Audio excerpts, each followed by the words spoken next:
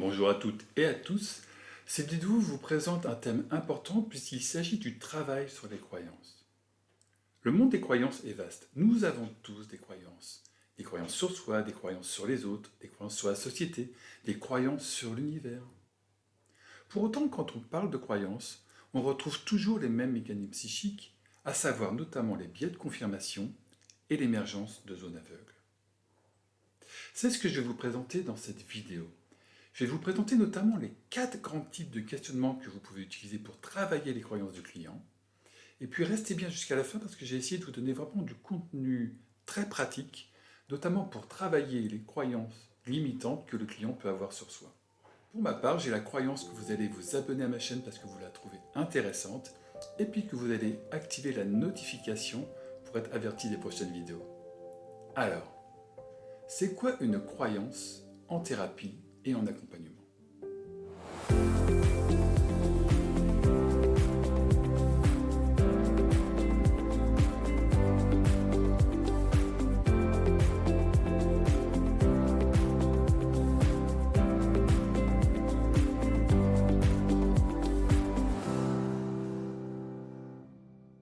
Pour commencer, je vous propose cette définition. Une croyance se définit comme une pensée ou une perception qui persiste, c'est pas facile à dire, indépendamment de la situation vécue. Cette pensée demeure stable et peut être soit soutenante vis-à-vis des expériences vécues, soit au contraire limitante.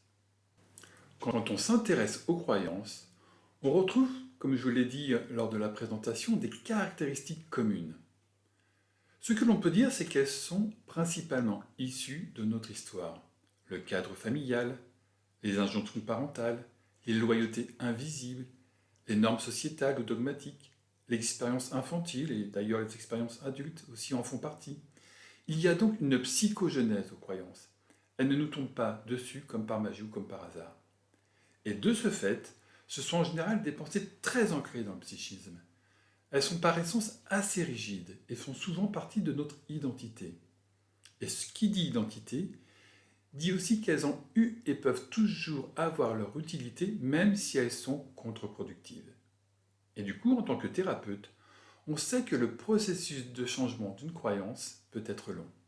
Ce qui est intéressant avec les croyances, c'est qu'elles sont généralement soutenues par les biais de vérification, également appelés biais de confirmation.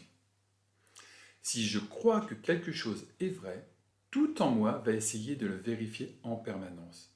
Autrement dit, elle favorise l'émergence de zones aveugles, c'est-à-dire je ne vois pas ce qui est derrière moi tant que je ne me suis pas retourné. Par exemple, si une personne pense qu'elle ne peut faire confiance à personne, il va y avoir comme une sorte de zoom à l'intérieur d'elle qui va uniquement la focaliser sur les expériences qui lui donnent raison et elle en oubliera le reste. Un autre exemple, si je crois que je suis maladroit, je porte cette pensée et je me mets dans des dispositions chaque fois que je fais quelque chose. Vous voyez, en ce sens, les croyances ne sont ni vraies ni fausses, ni bonnes ni mauvaises. Elles sont simplement adaptées ou inadaptées à un contexte particulier.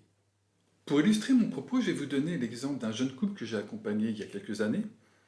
Pour l'occasion, je vais le prénommer Valérie et Paul, et qui rencontraient des difficultés liées à l'arrivée de leur premier enfant. Je vous donne cet exemple-là parce que finalement je le rencontre assez régulièrement en thérapie de couple. Du fait de l'arrivée de leur premier enfant, Valérie considérait qu'elle devait se vouer 100% à son enfant. Elle disait, et elle affirmait haut et fort que maintenant que leur nouveau-né est arrivé, elle n'était pas très importante. Et que sa fonction, que son devoir de maman était de s'occuper de leur enfant. Vous imaginez bien toutes les tensions que cela a créées entre elle et Paul. Paul souffrait d'un manque de communication avec elle, d'un manque d'intimité, d'un manque de relation, tout simplement. Et en plus, il avait l'impression de ne pas avoir sa place là-dedans.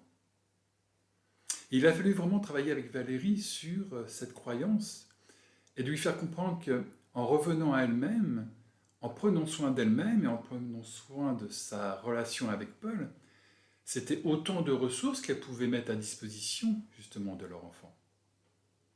Mais ça n'a pas été facile parce qu'elle avait vraiment cette conviction qu'elle devait, elle, se sacrifier pour son enfant. Alors, continuons. Parlons maintenant de la démarche thérapeutique quand on aborde les croyances. Mais avant d'aller plus loin, je vous livre quelque chose de très subtil qu'il est important de bien conscientiser quand on est thérapeute. Plus on s'intéresse au monde du client, plus il y a des choses qui vont se diluer pour lui-même. Au moment où je m'intéresse et je questionne ses croyances, en même temps, il y a quelque chose qui est déjà en train de se dissiper. Autrement dit, même si le client a des certitudes, des convictions, des croyances et qu'il ne veut pas en bouger, vous êtes déjà en train de planter les graines de son changement dès que vous posez une question qui le remette en cause. Pourquoi, me direz-vous? Parce que votre posture thérapeutique amène cela. Face à un client, le thérapeute a une certaine aura. Il a travaillé sur lui, il est plus ancré, plus régulé, plus conscient, voire il a plus d'expérience. Pour certains clients, il peut être comme une image inspirante, celle d'un sage ou d'un sachant. Et donc toutes ces questions sont impactantes et amènent la vibration du changement. C'est vraiment important de l'avoir à l'esprit. Je vous donne cet exemple pour que vous puissiez davantage le ressentir. Pour quelle raison avez-vous toujours besoin de l'approbation des autres? Ce serait comment une vie si vous étiez libéré du regard des autres? Voyez, même si le client est encore dans la croyance qu'il ne peut pas se défaire de l'approbation des autres, cette question évoque déjà l'idée qu'il peut s'en libérer. Bien, continuons et parlons d'objectifs thérapeutiques en matière de croyance.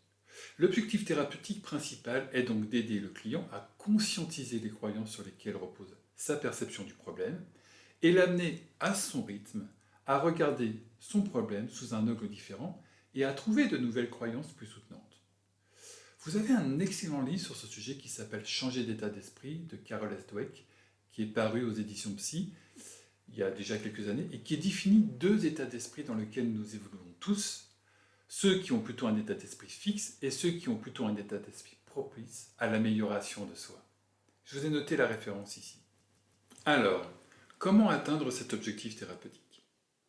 L'action du thérapeute portera sur un processus composé de 4 types de questionnements. Bien entendu, tout n'est pas aussi linéaire ni séquentiel au sein du cabinet. Mais là, je vous donne la macrostructure des questionnements pour que vous puissiez bien vous en imprégner. Déjà, on confronte la mentalisation du client pour rendre incertain ce qui est certain. Dans un second temps, on élargit la perception du client pour l'aider à regarder son expérience sous un prisme différent, avec l'idée de faire émerger des prises de conscience qui vont ensuite l'aider à trouver de nouvelles croyances ou de nouvelles manières d'être ou de faire. Ensuite, on l'aide à faire émerger des croyances complémentaires sur sa vision des choses, ses ressources internes et externes. À ce propos, n'oublions pas que pour le client, nous sommes une ressource externe. Et enfin, on ancre la nouvelle croyance quand elle est trouvée. On peut utiliser des bravos, des waouh. On s'appuie là vraiment sur notre posture thérapeutique pour amener ça. On va regarder chacun de ces questionnements plus en détail. Et là, vous avez le macro-modèle, le macro-processus pour pouvoir aborder les croyances dans le cadre d'un accompagnement thérapeutique. Allons plus loin. Commençons par le premier type de questionnement, celui qui a pour objectif de confronter la mentalisation du client. Je vous laisse le soin de découvrir ces exemples de questions. Vous verrez que chacune d'elles vise à déstabiliser la mentalisation du client en questionnant la véracité de ses croyances. Alors vous avez des questions comme « Comment le savez-vous ?», mais aussi « Qu'est-ce qui vous fait dire que ce n'est pas possible ?» ou « Je vois que vous tenez à cette représentation de vous-même. Pourquoi est-ce si fort? En quoi ça vous aide aujourd'hui ?» Vous voyez, on essaie vraiment là d'amener l'idée que les croyances du client peuvent être sujettes à être questionnées et donc potentiellement à être remises en cause. Dans un second temps, l'objectif thérapeutique, comme je vous l'ai dit, est de permettre d'élargir la perception du client à propos de ses croyances. Je vous laisse là aussi le soin de découvrir ces exemples de questions. Vous verrez que chacune d'elles est faite pour l'aider à accroître son champ de conscience. Vous avez des questions comme « Qu'est-ce qui vous empêche de faire différemment ?» et aussi des questions comme « Quand est-ce que dans un autre contexte, vous avez réussi à le faire, ne serait-ce que partiellement ?» Arrêtons-nous sur cette question qui est assez intéressante en soi. Imaginez un client qui vient pour un problème de confiance en lui au travail. Le fait de lui poser cette question Dans quel autre contexte ou sphère de votre vie êtes-vous plus confiant en vous, ne serait-ce qu'un peu plus, ou ne serait-ce que partiellement, va lui permettre de rechercher des expériences, non pas où il est 100% confiant en lui, mais où il est simplement un peu plus confiant en lui. Et si tel est le cas, vous allez pouvoir travailler avec lui sur les grandes différences qu'il vit entre ce contexte où il a un peu plus de confiance en lui et le contexte professionnel. En revanche, si vous lui aviez simplement posé la question dans quel autre contexte vous êtes confiant en vous, vous risquez de recevoir de sa part simplement l'aveu qu'il n'est pas confiant dans aucun domaine de sa vie. Mais ce n'est pas ce qu'on recherche.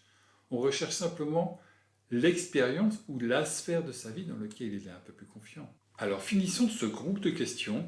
Je vais vous parler des questions projectives. Elles sont très intéressantes en soi car elles permettent d'élargir le champ des possibles pour le client.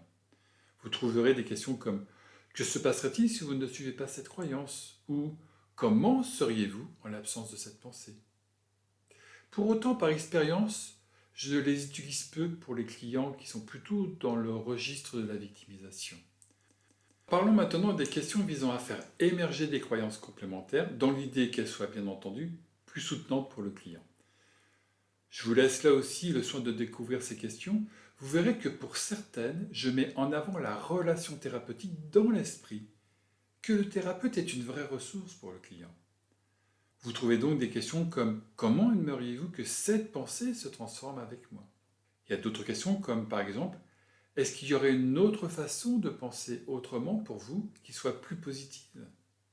Vous voyez, toutes ces questions visent à changer l'état d'esprit de la personne et à trouver des questions qui soient plus ajustées, plus soutenantes pour lui et pour son expérience de vie. Et enfin, quand la nouvelle croyance est trouvée, mais pas trouvée d'un point de vue intellectuel, quand elle est vraiment trouvée d'un point de vue émotionnel, c'est bien de pouvoir l'ancrer, et le thérapeute est là justement pour amener ça. Et vous pouvez à ce moment-là dire « Bravo, c'est comment de me dire cette nouvelle croyance » ou « Super, c'est comment de vous le dire à vous-même ». Ça fait quoi à l'intérieur?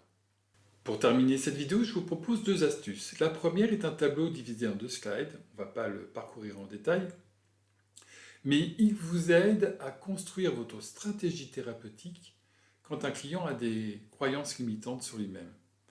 Je prends par exemple la deuxième ligne. Si un client vous dit « ben voilà, dans la vie, moi, j'ai pas ma place », l'action thérapeutique va essayer de l'amener à un changement de mindset. Et ce changement de mindset peut être justement « j'ai ma place et je peux la prendre ». La deuxième astuce porte sur le mot « croyance ». Vous voyez, le mot « croyance » peut être en soi mal reçu par le client car le terme peut être un peu connoté. Afin de contourner ce problème, voici d'autres termes que vous pouvez utiliser. Conviction, certitude, habitude de penser, pensée persistante ou règle. Voilà, cette vidéo sur les croyances est terminée. J'espère que vous avez trouvé des informations utiles pour votre pratique. Le monde des croyances est très présent au sein du cabinet. On retrouve des croyances partout, dans tous les entretiens et pour chaque client. Donc c'était intéressant d'aborder ce thème-là.